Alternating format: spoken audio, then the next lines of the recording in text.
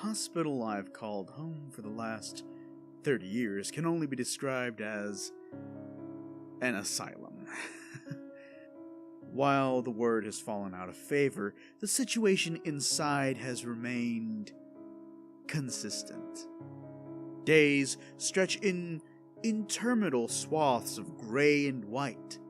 Gray from the medication in the mornings, white from the medication in the afternoons. Only the blackness of night frees me from the consuming palette of midwinter rain clouds used to paint my days away. I am here by my own volition. The fact I use the law to enact the volition is a mere technicality. The fact that I stole the volition of someone else to gain use of the law is another. At the end of the bloodbath, at the end of the steaming orgy of crimson and savagery, I'd gotten my wish. I'd never need to harm another living thing for the rest of my life. The sights and sounds which etched themselves into my soul on that May morning in 1986 still flash through.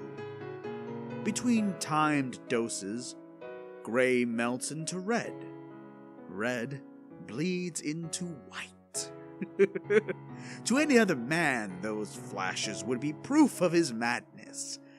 The seeping of illness into medicated docility. But I know far more than any other man. On May 3rd, 1986, I awoke to find my young son in the room with me. We stared at one another for a moment. Then I rolled out of bed and went to the garage.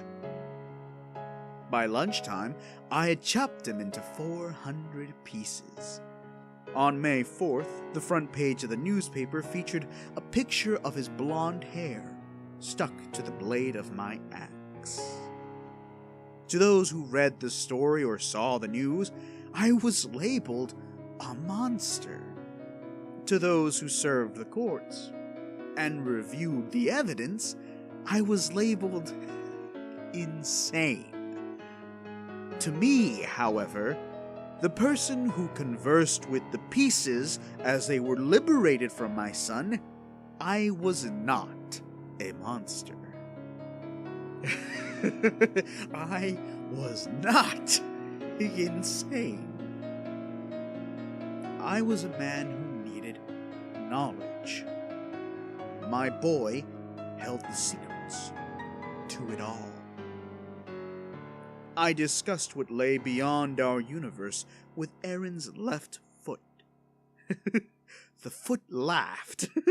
It was Aaron's small voice. It told me to ask the shin. More blows of the axe brought the shin into our discussion. But it could tell me very little. Only that the knee had much more information. And so it went. The leftmost quadrant of Aaron's lower mandible informed me I was close, and his upper right incisor screamed with delirious laughter while it spoke of the secrets I'd learned from the uvula and tonsils. When the axe could no longer suffice, its blunt brutality too clumsy to properly extricate the tiny pieces with whom I needed to converse, my pocket knife and its keen precision continued the work. 3 hours later, with 400 pieces of child organized around me by order of their knowledge, we began our formal chat. And I learned everything. I write this today as a prisoner, as a patient, as a father. In this unmedicated interstice between gray and white, I can reflect on the red. Not the red of blood, but the red of it all. The rich vermilion expanse of flesh and organs on which this universe is a scab. On the last night of his life, an emissary from it all visited Aaron as he slept. It whispered its secrets into every part of him, and my son, who was the most caring, generous person I'd ever met, knew he had to share it. So he waited, patiently, for me to wake. On the morning of May 3rd, 1986, I lifted my sleep mask to see Aaron floating above my bed, watching me. Bright sunlight streamed across us, the dancing reflection of light against the shiny crimson of his sclera dazzled me, enthralled me. He opened his mouth, but remained silent. He tried again, but it was no use. It all was inside him. His mouth contained no cavity, only solid red streaked with veins. He brought his pinky finger to my ear and placed it inside, and the fingertip told me what I needed to do. 4 hours later, I'd brought it all out of Aaron and into my mind. And now into yours. Daily fogs of grays and whites desaturate what I've seen, but they cannot hide the presence of what I know is there. I am not insane. The red which courses through the arterial network of multiversal organs and flesh is beyond sanity, beyond mind, but is not beyond body. At the end of my life, whenever that is, I know that I'll get to touch Aaron again. Even now, through it all, I feel him pressing against the walls, reaching for me and speaking to me. Each part of him singing choruses of thanks and praise. It's the praises which give me the most comfort as I sit day after day, year after year, and wait. I wait knowing that I'm loved and appreciated. That's more than enough. It's the dream of every father to give it all to his son.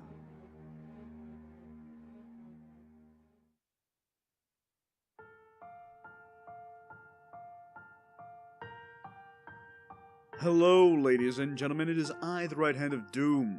How are you? Are you doing well? Happy holidays, by the way.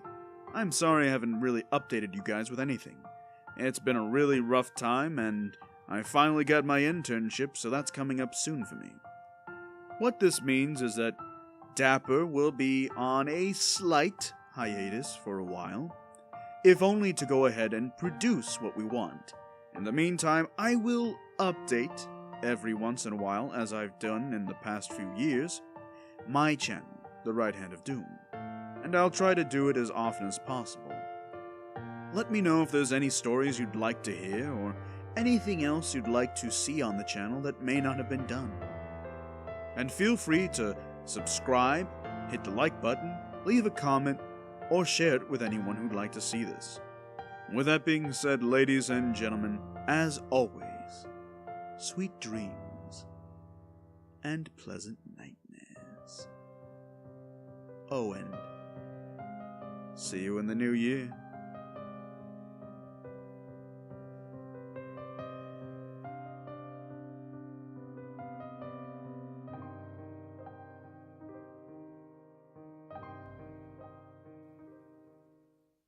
Wake up, my dear friend. Come on now. Come back from the land of Nod. There you go. I know it's dark. Take your time. Take which was as follows. Valhalla does not discriminate against the kind of fight you lost. Did you lose the battle with cancer? Maybe you died in a fistfight, even facing addiction.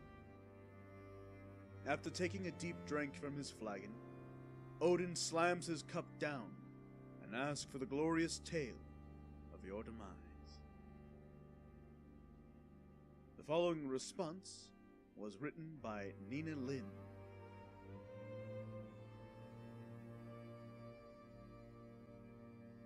A small child enters Valhalla. The battle lost was hiding from an alcoholic father. Odin sees the flinch when he slams the cup and refrains from doing it again. He hears the child's pain. No glorious battle this, but one of fear and wretched survival. He invites the child to